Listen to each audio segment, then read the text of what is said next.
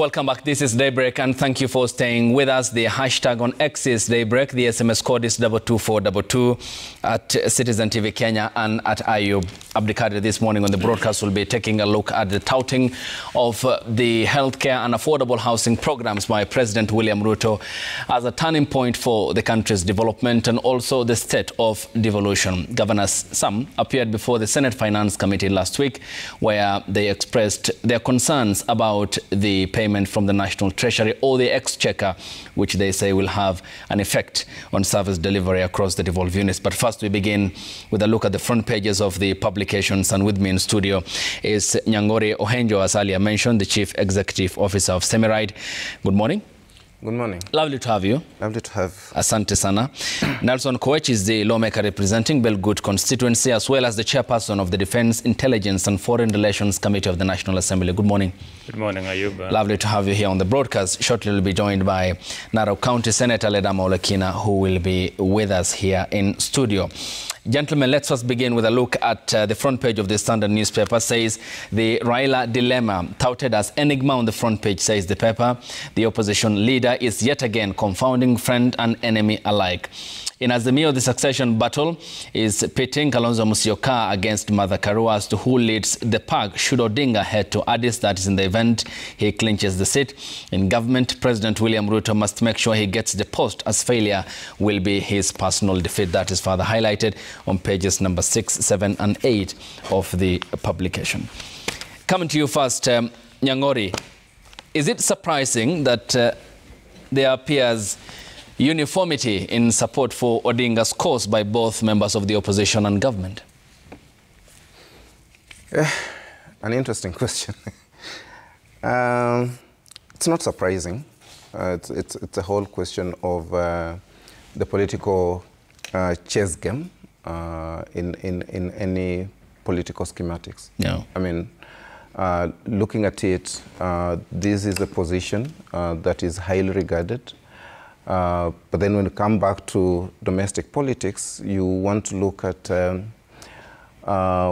what kind of influence and power does the opposition leader, the Honorable, Right Honorable Raila,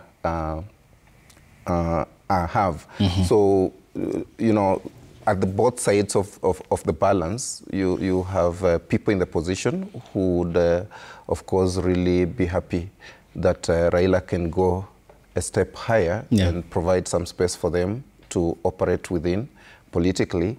And on the other side of the aisle, where we have the current government, they are saying, look, probably for us to be able to operate in an arena that doesn't have a lot of resistance, we probably might want to, you know, extend an olive hand to make sure that the leader of the opposition has something to hang on politically. Yeah. All right. Honorable Nelson Koech, I mean, when you listen to leaders from across the political divide, we'll be coming to the soundbites shortly. What does it portend for the opposition first, and then second, the government, for in the event, hypothetically, when the elections are held and Odinga clinches, that's it? First, let me say Raila Odinga is the opposition, and the opposition is Raila Odinga. Exiting of Raila Odinga in our local politics deals a huge blow to the opposition of this country. Because without him, to be, in all fairness and with all due respect to his other colleagues, the opposition is deemed to be, you know, very limited, if there will be any. Number one, and in the history of this country, there is no political survivor that has withstood time like Raila Odinga. He's given value to our democracy, given value to our debate and national discourse, and we wish him very well. I mean, it gets to a point where a man has to also call it quits. He's done so much for this country. Africa is looking after him. Africa is calling him, and it's high time that he takes that stab on the AU chairmanship. I'm very confident, and I like the fact that the country is fully behind him. There had been issues here and there. Of course, there are people who didn't want him to be the AU chair from within the country. But the president has, I'm sure, is going to make a formal announcement this week indicating the support of Raila Odinga as our nominee.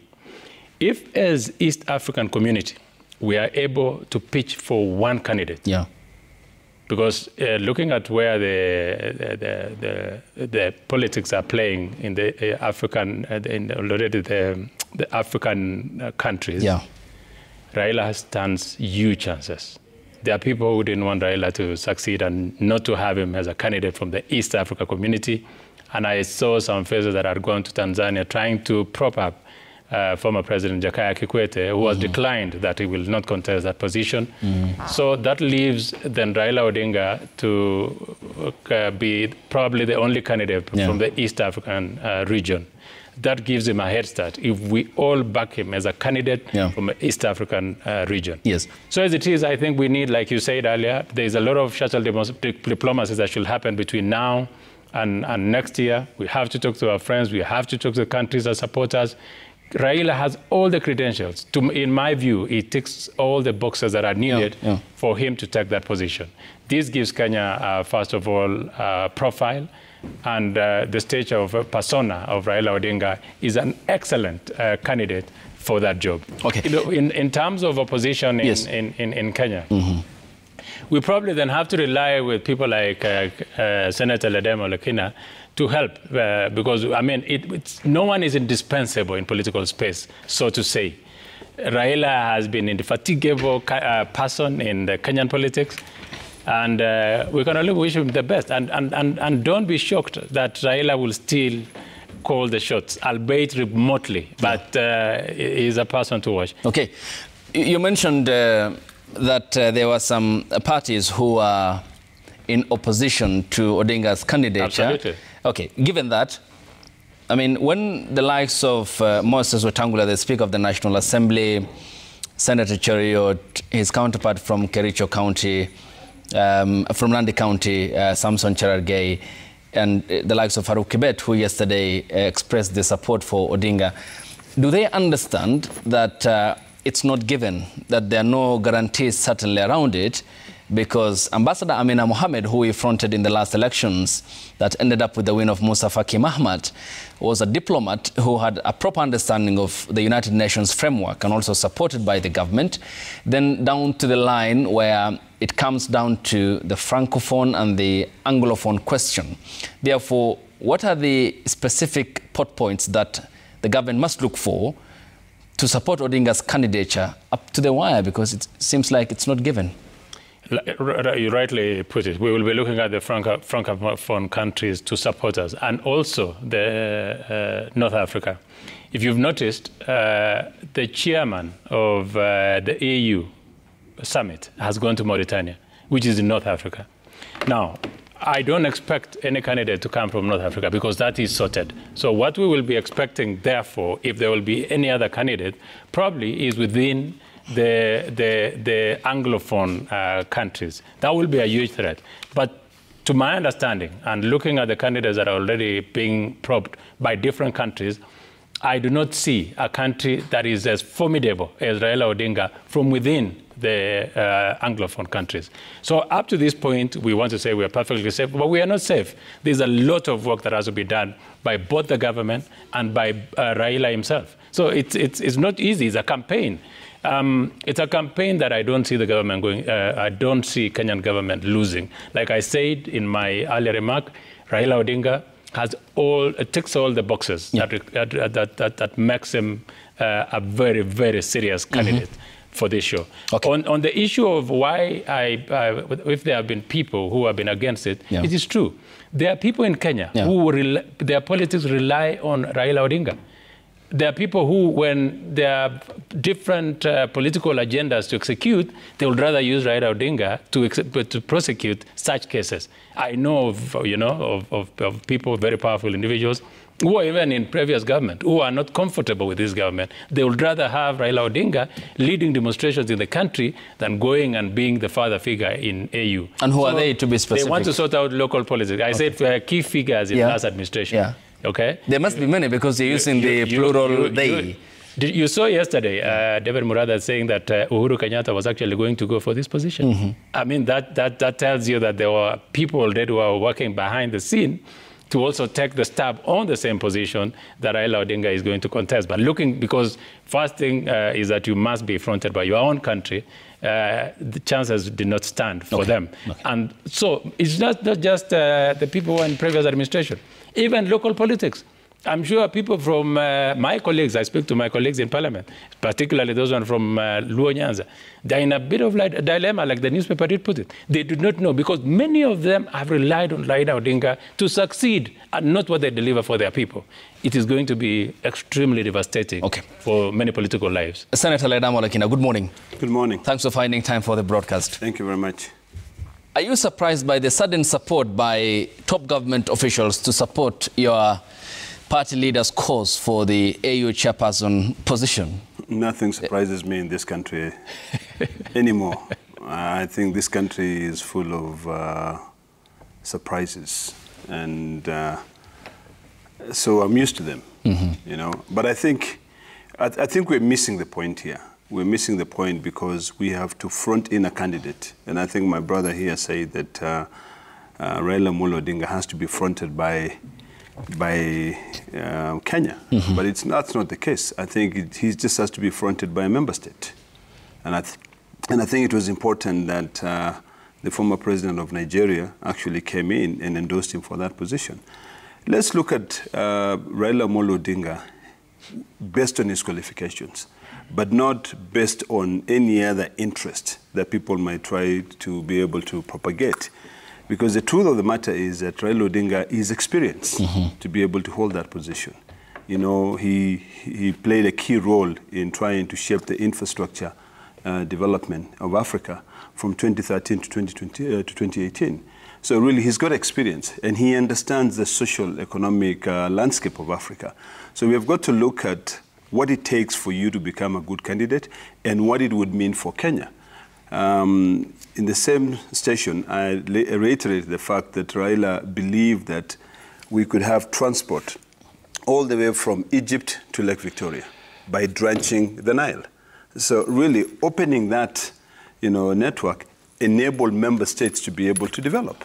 So we've got to look at his candidature not as something being fronted by the government side, but by, by member states. And I believe that he will get an endorsement of many member states because of his statesmanship. He has played a key role in trying to shape diplomacy in Africa. I gave an example of Congo, during the transition from Kabila to Tshisekedi. And the fact that he is known worldwide, you cannot compare Raila Odinga, sort of like candidature with Amina Mohamed. Amina Mohamed was an appointed person, to become a cabinet secretary in the foreign docket. Raila Odinga has been someone who has been known worldwide, not only Africa.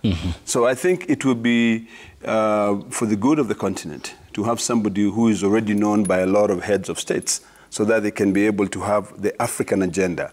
We have missed out on the African agenda because the people who have chaired that position have not been people who can become heads of states. So if you were to take Amina Mohamed, and she's my friend, so I cannot say anything bad about her, but her qualification is, it's like you're comparing water and oil. Those are two things that cannot mix. But if you look at the qualification of Raila Amolo Odinga, the position that he holds in this country, the position that he holds in Africa, the position that he holds worldwide, it is a key position that can be able to advance the African social economic agenda. I long for the time when we will have the United States of Africa. And that, I think, by getting Raila Amolo Odinga there, will be able to put us in the journey towards achieving a social economic development of one country. For you, the opposition then, he has been the constant figure around who everything revolved. What does it then mean, suppose he wins the position at the African level in terms of the opposition's organization and the constant accountability required to hold the government in check? Well, there are two things here. First of all, Raila is not going anywhere. I mean, Addis Ababa is so near. If he sits in Addis Ababa, it takes the shortest time to be able to fly back into the country. But I think there are different generations. And younger generation learns from, you know, those who are currently the older generation. So I don't think there's a vacuum. I think we have a lot of young Kenyans who can be able to sit down. And, you know, Raila Amolo Odinga has been known to consult widely. You know, when you sit with Raila Amolo Odinga, he seeks the opinion of each and every individual. And most of us are young people, you know. He would ask you about your area, what do you reckon, what can be done to improve a certain position. So really, it is, I don't think there's any vacuum. I think, and you know, a lot of people are trying to be sensational on all these issues. Yeah. But the truth of the matter is that everyone plays their role in terms of shaping the, you know, the alternative voice, you know, in terms of policy development in this country.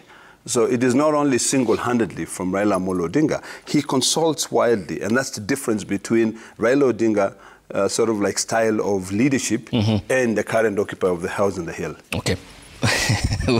We'll talk more about the developments that the president yesterday talked about, which he said will lift the country from the depths of despair to the great heights of hope.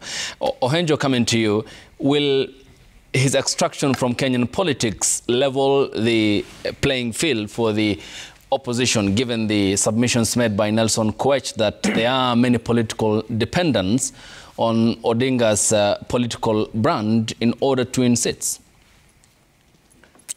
Well, again, that is an interesting proposition. Anybody who's been a student of political history in this country, I think, will agree with Mheshimiwa that Raila has been a permanent feature of Kenyan politics. And with him, he's actually come out as a very strong factor in many political life in this country. And if he were to exit the political scene permanently, then it's definitely going to have a ripple effect within the people who, you know, coalesce around him. Yeah. And especially now the Azimio movement. If you look at politicians or political figures who've thrived around Raila, a lot of them have thrived because of his appeal to his base. And once you remove him, then you're removing that base, and that means there's a vacuum underneath. I'm not so sure that many politicians within the opposition currently will be able to survive his sudden exit. I'm not really sure that, and maybe this can be expounded by Honorable Senator, that the opposition as it were today has in plan a succession framework, you know, that works within that void that would be filled if Right Honorable Raila were to exit permanently the politics on the Kenyan scene. Yeah. So the likely stagnation of opposition politics is what you're looking into in the event he exits the political scene in Kenya? Yeah, and probably a natural process for that particular formation to actually reorganize itself, which then, you know, ensures, you know, brings into the fore of the question of who then, how do we organize this constituency, especially given the, you know, certain dynamics that underlie Raila's support across the country. Okay, Honorable Nelson Koech, before we go on to the break, come back and start off with the main thematic areas of discussion. Given what we witnessed over time since multipartyism and his announcement to seek that position at the continental level, then for the government, do you agree with the assessment by the paper that the head of state must make sure he gets the post, as failure will be his personal defeat as well, in terms of probably marshalling the opposition around the protest around some of your major projects, including housing and also reforms in the healthcare sector? You see, when you go for a contest, for those of us who are in politics, there are two options. It's either you win or you lose. So I'm sure we are the president is looking at it from that view. That, but of course, always it's in our best interest that he wins. I'm sure all stops will be pulled to make sure that Raila Odinga succeeds. As a chairman of Foreign Relations, I know what is happening behind the scene to make sure that he succeeds.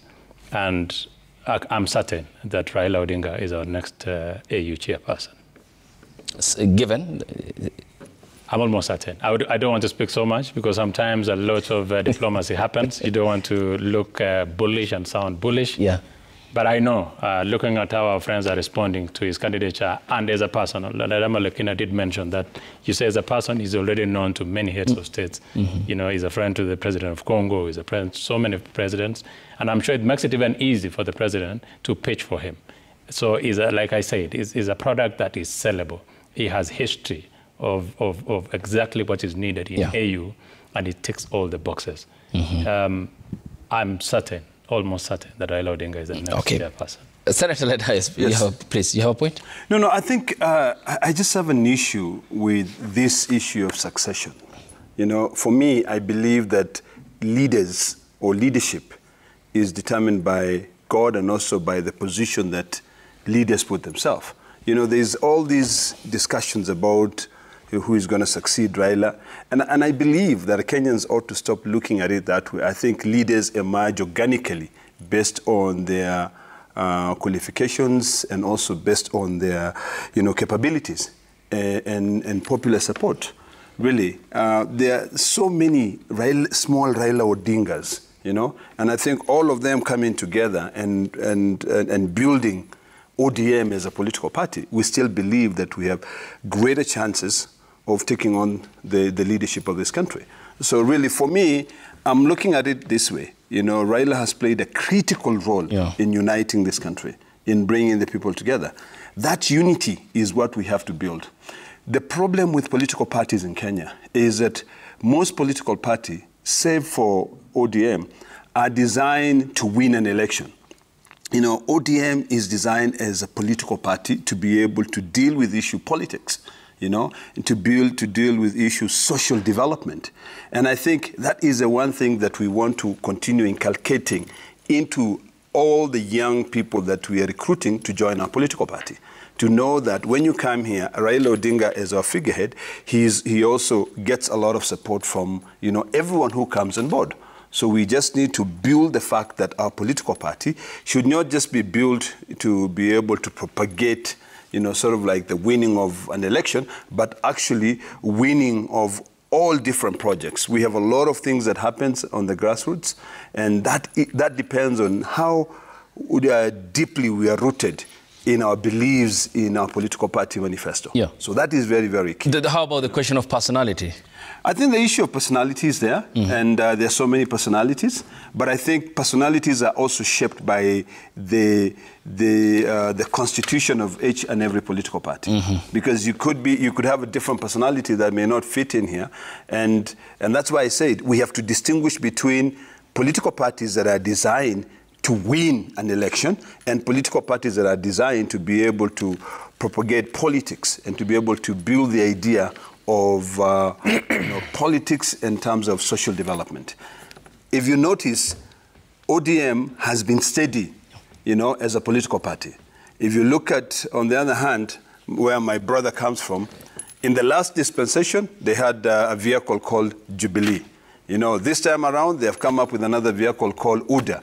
In 2027, my brother here will probably be wearing the tie that he's wearing now with a new political party being green, So really, they are vehicles of winning, seats in parliament and also being in government.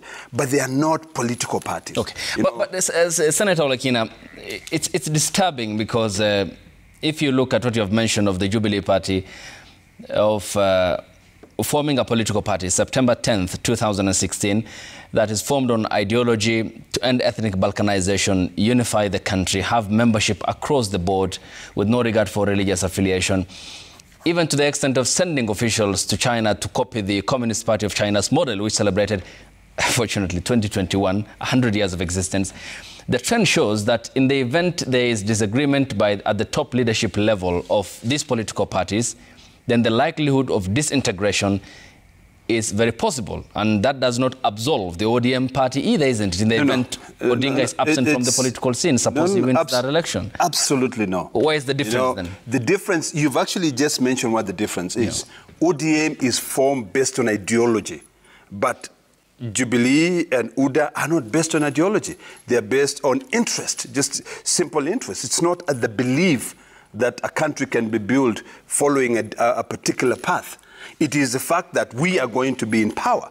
If you ask yourself, and my very good friend, who I really admire and I really like him, we refer to him as Captain Pilot, chair of, of a political party, and also a senator from Mandera, Ali Roba. Yeah. Ali Roba, when he came in, he joined the Azimio Brigade, but the moment we got into parliament like this, he switched camp, so that he can be able to align his interest with the current political administration. Does he believe in the ideology? Do they actually have an ideology? No. It is not based on issues. It is simply based on current interests where we want to be in power. We want to be in power.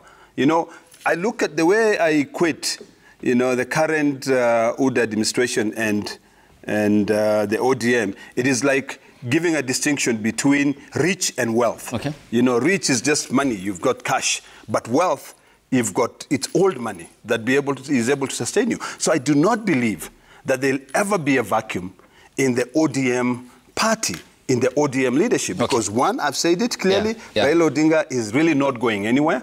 And the fact that, God willing, he'll become chairperson of the AU Commission chairperson. Okay.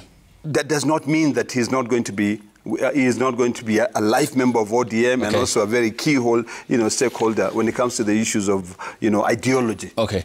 Standing for it, and to be factually correct as well, and to be fair to the party in power at the moment, they have well laid out manifesto with which we are holding them to account as to how they are going to be accomplishing that and the pledges they made prior to the August 9th elections 2022. Gentlemen, when we get back from the break, we'll be taking a look at the agenda before Parliament. That includes the affordable housing now at the Senate, healthcare reforms touted by the President, and also recommendations made by the National Dialogue Committee, which concluded its sittings at the Bomas of Kenya, and what appears to be the high-stakes political game, which includes the reconstitution of the IEBC, and also under the second thematic item, take a look at the state of devolution in the country.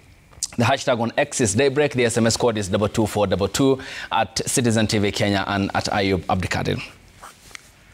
Ero. Yes, Ero. Namna gani? Kwa sawa. Sijakuzungumza.